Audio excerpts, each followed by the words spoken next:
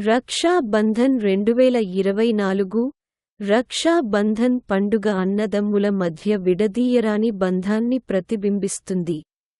శతాబ్దాలుగా రక్షా బంధన్ పండుగ కొనసాగుతోంది. ఈ పండుగ అన్నదమ్ముల మధ్య ప్రేమను కూడా సూచిస్తుంది.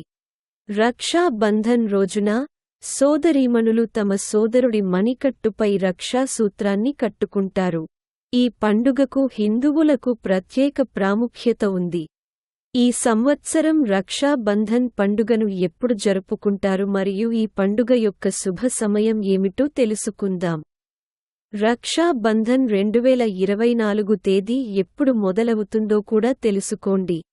హిందూ క్యాలెండర్ ప్రకారం ఇది శ్రావణ మాసంలోని శుక్లపక్ష పౌర్ణమి రోజున జరుపుకుంటారు. సరళంగా చెప్పాలంటే గ్రెగోరియన్ క్యాలెండర్ ప్రకారం రక్షా బంధన్ ఆగస్టు 19, 2024న జరుపుకుంటారు. శుక్లపక్ష పౌర్ణమి తేదీ ఆగస్టు 19 తెల్లవారుజాము 3:04 గంటలకు ప్రారంభమై ఆగస్టు 19 రాత్రి ఉదయం 12:05 ముగుస్తుంది. రాఖీ కట్టడానికి శుభ సమయం ఎప్పుడు ఉంటుందో ఇప్పుడు కూడా తెలుసుకోండి. హిందూ క్యాలెండర్ ప్రకారం రాఖీ కట్టడానికి అనుకూలమైన సమయం మధ్యాహ్నం అర్ధరాత్రి 1:30 నుండి రాత్రి ఉదయం 9:07 వరకు ఉంటుంది. మొత్తం మీద రాత్రి 7:37 గంటల వరకు శుభ ముహూర్తం ఉంటుంది. రాఖీ కట్టేటప్పుడు మంత్రాన్ని చదవండి.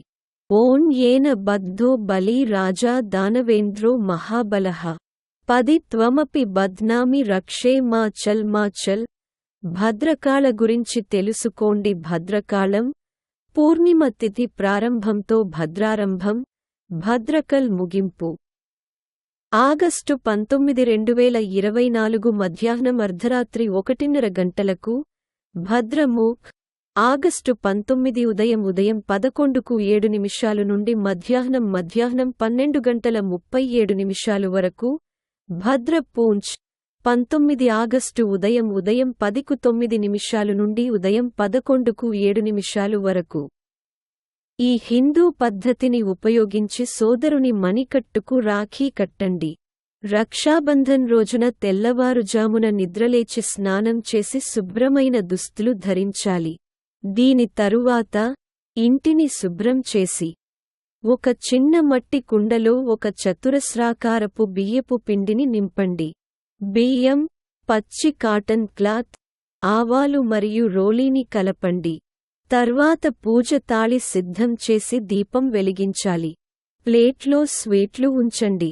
దీని తరువాత సోదరుడిని స్టూల్పై కూర్చోబెట్టండి. టపా మామిడి చెక్కతో చేస్తే మంచిది. రక్షా సూత్రాన్ని కట్టేటప్పుడు సోదరుడిని తూర్పు ముఖంగా కూర్చోబెట్టండి. దీని తరువాత సోదరుడి నుదిటిపై తిలకం పూయండి మరియు కుడిచేతికి రక్షసూత్రాన్ని కట్టండి. రాఖీ కట్టిన తర్వాత సోదరుడికి హారతి చేసి ఆపై అతనికి స్వీట్లు తినిపించండి. సోదరి పెద్దదైతే తమ్ముడిని ఆశీర్వదించండి మరియు ఆమె చిన్నదైతే అన్నయ్యను పలకరించండి. రక్షా సూత్రం ప్రకారం రాజసూయ యాగంలో ద్రౌపది తన చీలమండ ముక్కను రక్షసూత్రంగా శ్రీకృష్ణుడికి కట్టింది. ఆ తర్వాత సోదరుడికి రాఖీ కట్టే సంప్రదాయం మొదలైంది. రక్షాబంధన్ రోజున బ్రాహ్మణులు తమ ఆతిథ్యానికి రాఖీలు కట్టివారికి శుభాకాంక్షలు తెలుపుతారు.